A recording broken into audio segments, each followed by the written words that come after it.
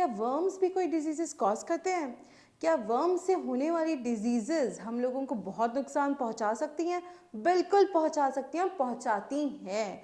आज हम बात करेंगे एस्केरियासिस की in common diseases in human from the chapter human health and diseases. मैं हूं मृदुलिका और आप हैं एनसीईआरटी डेस्टिनेशन नीट नाउ पे।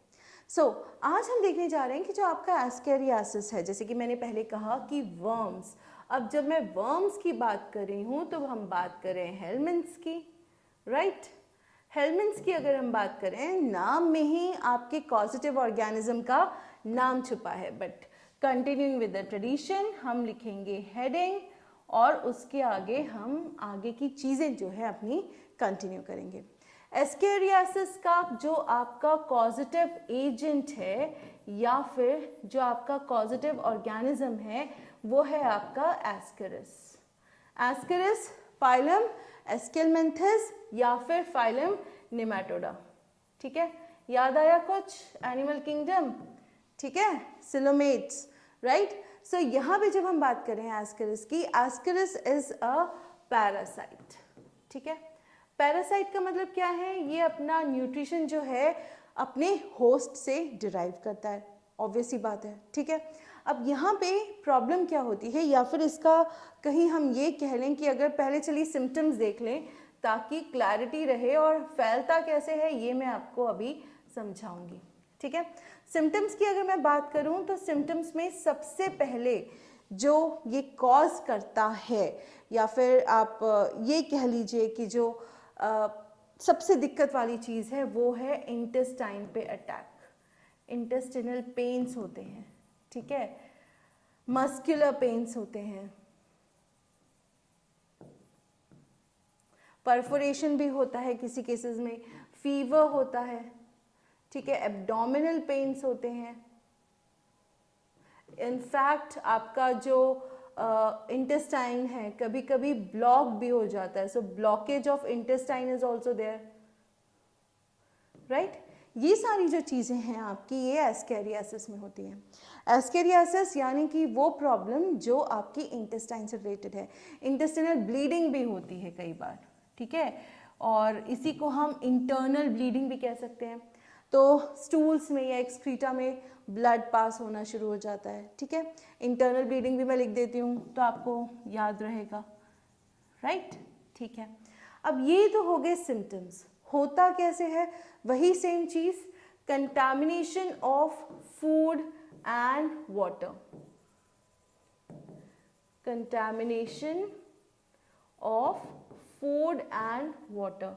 अच्छा, एक चीज़ इसके साथ और एक खास बात है, ठीक है, जो आपका एस्केरिस होता है, जैसे कि मेथड तो सेम है, जो आपके कोई ऐसा है जो इन्फेक्टेड है, again if he goes and defecates in the open, अगर वो खुले में जाके शौच करता है, जो एक्सक्रीट करता है, फीकल मैटर होगा, ठीक है, हाउस फ्लाइज, वो सब तो है ही, एक पाथवे तो है ही। इसके साथ ही ये आपकी सॉइल, वाटर, प्लांट्स, इनको भी कंटामिनेट कर देता है।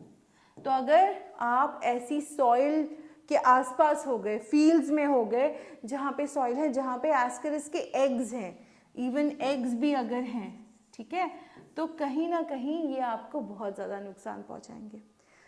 एग्स आप कंज्यूम कर लेंगे थ्रू सॉइल या थ्रू वाटर या इवन प्लांट्स के ऊपर। अगर आपने प्लांट्स में, अगर मान लीजिए कि कोई हरी पत्तियों वाली सब्जी है और आपने उसको ठीक से धोया नहीं है, आपने ऐसे ही कंज्यूम कर लिया है उसको, सो ऑब्वियसली की बात है कि वहाँ पे, क्योंकि आपने उसको ऐसे कंज्यूम किया है, हो सकता है उस पर उसके एग्स हों छोटे छोटे, वो आपकी बॉडी में जाएंगे और जैसे ही वो इंटेस्टाइन में पहुँचेंगे they will start growing. Intestine का जो पीएच है, जो आपका इन्वायरमेंट है, वो इनके लिए बहुत ज़्यादा बेहतरीन होता है। तो ये जैसे ही एग्स आपके इंटेस्टाइन में पहुंचेंगे, जैसे ही आपके एग्स जो हैं ग्रो करना स्टार्ट करेंगे, आपके अंदर वर्म्स जो हैं वो बनना शुरू हो जाएंगे। ये बच्चों में अक्सर होता है, अगर आपने नोटिस किया होगा। क्यों? क्योंकि बच्चे मिट्टी बहुत खाते हैं, बच्चे कहीं भी खेल रहे हैं, पानी पी लिया, कुछ खा लिया, तो उसकी वजह से ये बच्चों में बहुत ज़्यादा पाया जाता है। फूड एंड वाटर का contamination is you can say सबसे ज़्यादा वाइड स्प्रेड है, सबसे ज़्यादा बुरा भी है, राइट। सो इसीलिए हम लोगों को ऐसी चीज़ों से संभल के रहना चाहिए।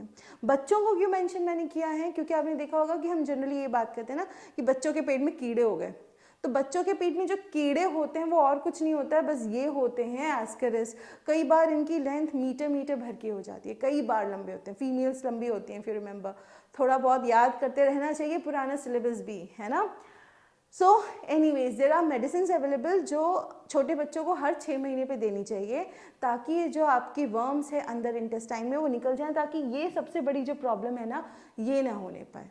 सो इसीलिए बहुत ज़्यादा इम्पॉर्टेंट है कि कहीं ना कहीं इस चीज़ का ध्यान रखा जाए। इनफैक्ट जो इन्फेक्टेड पर्सनस होते हैं उनको सबसे ज़्यादा ये चीज़ का ध्यान रखना चाहिए कि वो अगर टॉयलेट करने जा रहे हैं तो वो ओपन में ना जाएं। They should go in proper toilets, ताकि आगे की जो आपकी पब्लिक है या जो आम जनता है उसको ये सब ना झेलना पड़े, राइट। बिकॉज ये कम्युनिकेबल डिजीज़ है, एग से अगर जा रही है इट इज़ कम्युनिकेबल डिजीज़, ठीक है।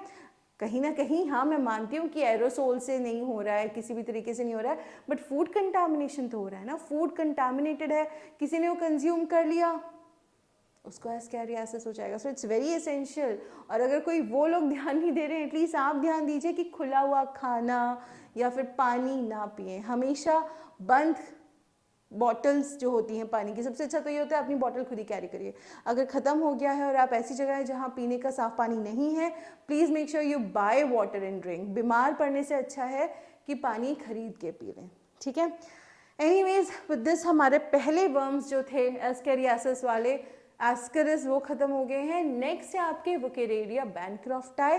बट अगर वो वीडियो देखना है तो आपको सब्सक्राइब करना पड़ेगा। Subscribe to the channel and press the bell icon, ताकि जब भी वीडियो आए नया आप तक उसकी नोटिफिकेशन विदाउट फेल आ जाए, ठीक है। चलिए, I will see you soon in another video. Till then keep reading, keep solving question, पढ़ते रहिए, बहुत ज़रूरी है। Take care, thank you.